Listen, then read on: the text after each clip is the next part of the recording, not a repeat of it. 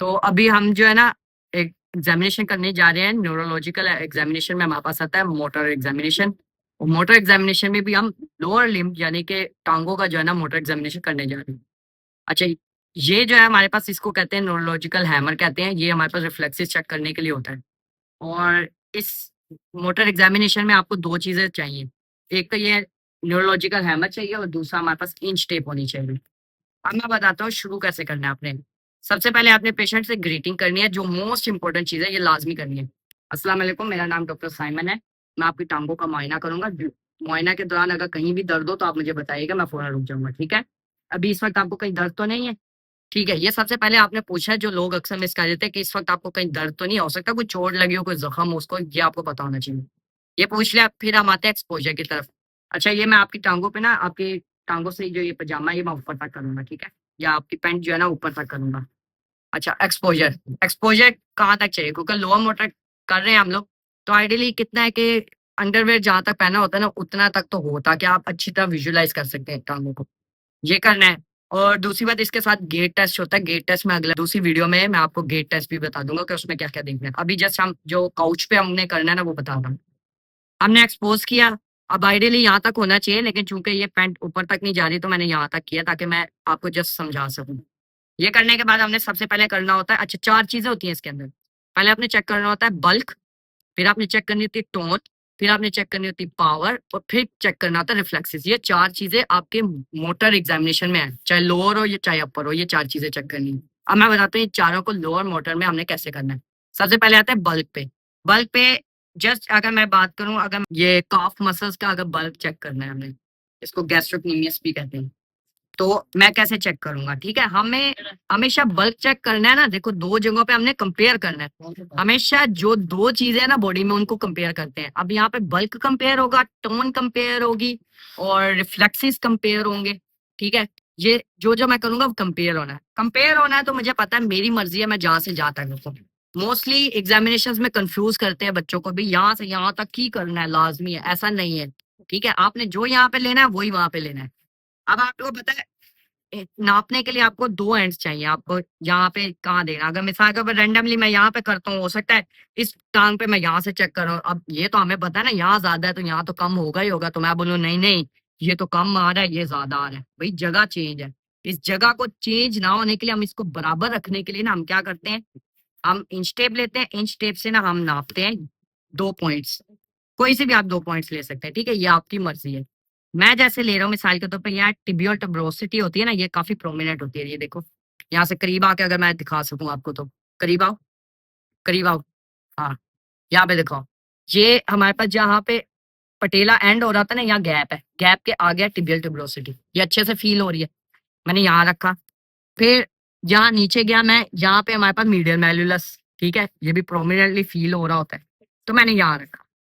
ठीक है, ये मेरी मर्जी है, मैं यहाँ से यहाँ भी रख सकता हूँ। जो मुझे ट्यूबरोसिटी नजर आ रही होगी ना, मैं तो उसी पे रखूंगा ना। तो ये दो नजर आती है तो इसलिए मोस्टली इसको ले रहे होते हैं। मैंने यहाँ रखा, जैसे कि यहाँ पे आप मिसाल के तौर पे 16 सेंटीमीटर में देखते हैं, बल्कि ताकि आसानी हो जाए। तो जैसे मैंने यहाँ पे रखा, मिसाल 46 सेंटीमीटर आ रहा है। अब 46 सेंटीमीटर का मैंने यहाँ पे अंदाजा लगाया कहाँ पे ज्यादा बल्क है। मिसाल के मुझे यहाँ ज्यादा लग रहा है 58 और 57 के बीच में, तो मैंने यहाँ पे इसको नाप लिया। ठीक है, नापा, फिर मैंने देखा कितना आ रहा है। जैसे अभी मेरे पास इस वक्त यहाँ पे आ रहे हैं सेंटीमीटर्स में 52 सेंटीमीटर तकरीबन आ रहा है। अब जब मैंने 58 57 के बीच का लिया था ना, अब जब मैंने यहाँ पे टिबियल टुबरोसिटी पे रखा, मीडियल मैल्यूलस पे रखा, ठीक है, लेंथ देख रही वाकई में 46 ही आ रहा है। अब भी मैं अब जो ले रहा हूँ वैल्यू वो यही ले रहा हूँ जो यहाँ पे ली थी, यानी कि 57 और 58 के बीच का। अब 58 और 57 के बीच में मैंने नाप लिया। नाप लिया, अब मैंने देखा कि भाई यहाँ पे कितनी आ रही है। अब यहाँ पे मिसाल के तौर पे 52 आ रही है। अब मैंने देखा यहाँ पे 52 आ रही है, यहाँ पे 52 आ रही है, नियर अबाउट थोड़ा बहुत ज्यादा आ रहा है, एक दो सेंटीमीटर से ज्यादा आ रहा है ना, इंचज का भी फर्क आ रहा है। तो फिर आप बोलोगे कि हाँ इसमें बल्क में फर्क है।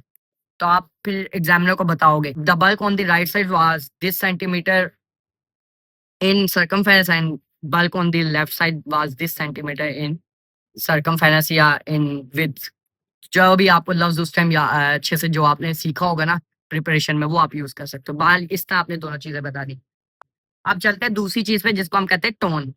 टोन क्या होती है? देखो, मसल्स हैं हमारे पास नॉर्मली, जब नॉर्मल न्यूरोलॉजिकल सिस्टम हमारा इंटैक्ट होता है ना बॉडी में, मुसलसल फायरिंग चल रही होती है, इवन एट रेस्ट पोजीशन पे भी जो है ना हमारी न्यूरॉन फायरिंग चल रही होती है।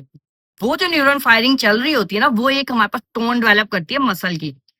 अच्छा, रेस्ट एक होता है बिल्कुल मसल डेड होना, वो होता है बिल्कुल ऐसे नरम ढीला डाला मसल, ये होता है। टोन होती है कि ये देखो, अब मेरी टोन है तो मेरी फिंगर्स इस तरह नजर आ रही है आपको। टोन नहीं होगी तो ये हो सकता है यहाँ गिरी हो, यहाँ गिरी हो, इस तरह। टोन है तो ये देखो दोनों हाथों में सेम, और ये अंगूठा मेरा उठा हुआ है, ये टोन है। टोन कैसे चेक करते हैं? कि नॉर्मल रेस्टिंग पे जो हमारे पास मसल्स की जो अपनी स्ट्रेंथ होती है ना, वो नजर आती है। टोन चेक करने के लिए हमने जॉइंट पे टोन चेक करनी होती है। जॉइंट पे क्यों चेक करनी होती है? हमें तभी तो पता चले कि टोन मसल कितना रेस्टिंग पे खिंचा हुआ है।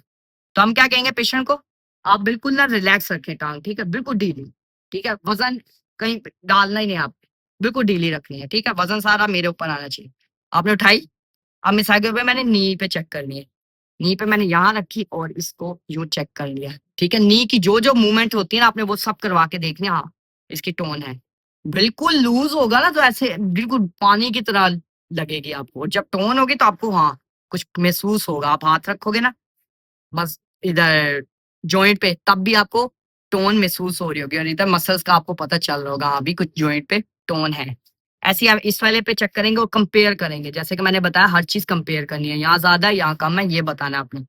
इधर आओ, अगर हम आए इधर एंकल जॉइंट पे, तो इस पे भी हमने ऐसे टोन चेक करनी है, इधर चेक की, कंपेयर की, ठीक है। जो मूवमेंट उस जॉइंट पे पॉसिबल होती है ना, वो आपने करवानी है, ठीक है। अगर जस्ट सिर्फ ये वाली मूवमेंट होती है ना इस जॉइंट पे, तो आपने यही करवानी है, ये नहीं यूं यूं करवा के तोड़ दो उसका जॉइंट। बस जो जो होती है आपने होगा, पैर पे तो ये सारी होती है तो इसलिए मैं यूं कर रहा हूँ, ठीक है, ये की। फिर आगे आए हम, अच्छा इधर हिप जॉइंट पे भी होता है, हिप जॉइंट पे भी हम मूवमेंट चेक करते हैं। इसको कैसे चेक करते हैं? ये मोस्टली यहाँ पे स्टूडेंट्स जो है ना गलती करते हैं। मैंने ये देखो इसको रखा अपने कंधे पे, ठीक है। अच्छा, नी को लोग वैसे यूं भी चेक करते हैं दो हाथों से, ठीक है, मैंने कंधे पे रखा था ताकि मेरे लिए इजी हो। यूं भी चेक किया। अब जब यहाँ पे हिप पे करना है ना, यहाँ रखा, हिप का हमें पता है सरकमडक्शन भी कर सकता है, यानी कि हर जगह पे घूम सकता है। तो हमने यूं यूं घुमा के देखा इसको, ठीक है, इसको रखा और इसका घुमाया, ठीक है। अब क्या होगा, ये वाला मेरा पैर ये इसका जो था ना मेरे कंधे पे रेस्ट पे हो गया। अब मेरे पास सिर्फ ये दो जगह है घूमने के लिए, अब मेरे लिए इजी हो गया। मैंने इन दोनों को जो है ना आराम से घुमाया, और ये देखो ये मुझे टोन पता चल गया। टोन ज्यादा होगी तो क्या होगा, टोन ज्यादा कर, अभी जैसे कर रहा था, टोन ज्यादा होगी तो मैं जोर लगाते हुए ज्यादा रेजिस्टेंस होगी, ये टोन है। हालांकि मैंने पेशेंट को कहा रेस्ट में, तो इसको कहते हैं हाइपरटोनिया। और अगर टोन बिल्कुल कम होगी ना, मैंने बिल्कुल किया ढीला कर भी, बिल्कुल ढीला है ऐसे, जितना पता ही नहीं चल रहा, कि ऐसे लग रहा है बिल्कुल ढीली चीज हिला रहे हैं, तो ये होगी हाइपोटोनिया, ठीक है। हाइपो मीन्स कम और टोनिया, और ज्यादा होगी तो हाइपरटोनिया। ऐसे ही आपने इस साइड पे करके कंपेयर कर लेंगे, ये दोनों चीजें होगी। अच्छा, इस तरफ जो है ना टोन चेक करनी है कैसे, अब मैं इधर भी टोन चेक करके बता देता हूँ। यहाँ पे भी मैंने क्या किया, अपने जो इसके लोअर लिम्ब था, पिंडली है, इसको मैंने रखा अपने कंधे पे। अब मैंने इसको पकड़ा और मैंने इधर चेक करनी है टोन, तो मैंने इधर टोन चेक कर ली, ठीक है, यूं करके, या सिंपली मैं यूं भी करूंगा तो मुझे पता चल जाएगा टोन कैसी है यहाँ पे, यूं करके, ठीक है। ये टोन चेक कर ली मैंने, हैव द हिप जॉइंट, और नी जॉइंट का मैं बता चुका हूँ, यूं यूं करके हम बस चेक कर रहे हैं, क्योंकि नी जो है ना यूं पूरा घूमती नहीं है, तो घुमाना नहीं है इसको, जो जो मूवमेंट होती है वहां पे बस वही करना यूं, ठीक है। ये मैंने कर ली, अब ये खत्म हो गया हमारे पास टोन। अब आते हैं पावर पे। पावर मोस्ट इंपोर्टेंट है। पावर में हमारे पास आती है पांच, पांच इसकी ग्रेडिंग होती है। मैं जस्ट समझाता हूँ कि आया पांच होती क्या है। सबसे पहले वन पे आओ, एक होती है जीरो, पावर होती है जीरो यानी कि नो मूवमेंट एट ऑल। फिर एक होती है वन जिसमें फ्लक्चुएशन होती है, यूं ऐसे हिल रहा होता है, पेशेंट को कहेंगे उठाओ, एग्जैक्ट ये नहीं उठेगा लेकिन फ्लक्चुएशन होगी। जीरो थी तो बिल्कुल पावर नहीं है। मैंने इसको कहा पेशेंट को पैर उठाओ, मैंने इधर उधर देखा कुछ भी नहीं हो रहा, जीरो। वन पे होगा जस्ट यहाँ पे मूवमेंट महसूस हो रही होगी। टू पे आएंगे तो हमारे पास पेशेंट जो है ना हॉरिजॉन्टली ऐसे मूव कर पा रहा होगा, लेकिन ग्रेविटी से उठा नहीं पाएगा, ये होगा हमारे पास टू।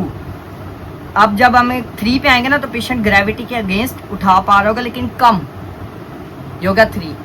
थ्री के बाद जब फोर पे आएगा ना पेशेंट, तो हम आगे हाथ भी रखेंगे ना हल्का सा, तो ये उठा पा रहा होगा, ये होगा against the resistance, against the resistance. और जब 5 की बात करेंगे ना, ये मैंने हाथ रखा, ये पेशेंट यूं उठाएगा प्रेशर से, वो होगी नॉर्मल पावर। ठीक है, जैसे अब मैं बोलूँगा उठाओ, ये नॉर्मल पावर है। सही, ऐसी आपने इधर चेक की पावर। अच्छा, अब हमने पावर चेक की। अब हर जगह पे चेक करने के लिए मैं अलग वीडियो में डिटेल में बताऊंगा। अभी जस्ट आते हैं रिफ्लेक्सिस पे। अब मैंने पावर चेक करने के बाद रिफ्लेक्सिस पे आऊंगा। रिफ्लेक्सिस होते हैं नी पे और एंकल पे। नी पे कैसे करते हैं, यूं करते हैं, इसको जमीन से उठा होना चाहिए, इसको ढीला करेंगे। जहाँ पे पटेला और टिबियल ट्यूबरोसिटी के बीच में टेंडन है ना, इस पे हम हल्का सा स्ट्राइक करेंगे। स्ट्राइक करेंगे, देखना कहाँ पे है, देखना हमने यहाँ पे, क्योंकि ये मसल यहाँ पे होता है। तो ये हमारे पास कॉन्ट्रैक्ट करेगा। जब ये कॉन्ट्रैक्ट करेगा तो हमें उससे रिफ्लेक्सेस मिल जाएंगे। ऐसे यहाँ पे चेक करेंगे, ऐसे ही एंकल पे। एंकल पे कैसे करते हैं ये मैं बता देता हूँ। यूं रखते हैं और इसको स्ट्रेच करवाते हैं। इसको स्ट्रेच करवा के हम यहाँ पे यूं मारते हैं और यहाँ पे हम कॉन्ट्रैक्शन देख रहे होते हैं। अब जो हमारे पास रिफ्लेक्सेस है, इसमें +2 जो है ना वो नॉर्मल होता है, +1 होगा तो हाइपर रिफ्लेक्सिया होगा, 0 होगा तो नॉन रिफ्लेक्सिस, +3 होगा तो हाइपर रिफ्लेक्सिया होगा, +3 से आगे जो है ना वो होता है क्लोनस। क्लोनस कैसे चेक करते हैं, जैसे नी पे चेक करना तो यूं करते हैं और यूं छोड़ देते हैं, वो हिलता रहता है, ये क्लोनस होता है। ऐसे यहाँ पे हम यूं इसको हिला हिला के छोड़ देते हैं तो ये हिलता रहता है, इसे कहते हैं क्लोनस। मुसलसल रिफ्लेक्सिस रहते हैं, ये +4 या क्लोनस कहलाते हैं। ठीक है, +3 होंगे तो ये मैंने मारा, जैसे यहाँ पे था मैंने इसको मारा, ये ज्यादा हिलेगा, ये हाइपर होगा। और नॉर्मल जो +2 है, ये मैंने मारा, इसने हल्का सा हिला बस ये। और हाइपर में क्या होगा, हाइपो में क्या होगा, हल्का सा मारूंगा ये हिलेगा, लेकिन बिल्कुल हल्का सा ऐसे, बस जरा सा स्लाइड से नजर, ये हाइपर रिफ्लेक्सिया होगा। ये आप कर करके ना आपको प्रैक्टिस हो जाएगी। ये दोनों पे हमने कंपेयर करना है, किस पे हाइपर है किस पे हाइपर है। ठीक है, एंड पे आपने क्या करना है, पेशेंट को वापस रीड्रेस करना है और उसको कहना है शुक्रिया आपका बहुत बहुत, उम्मीद करता हूँ आप खैरियत से होंगे। ऐसे कह के बाद निकल जाना है, जैसे हम ग्रीटिंग एंड कर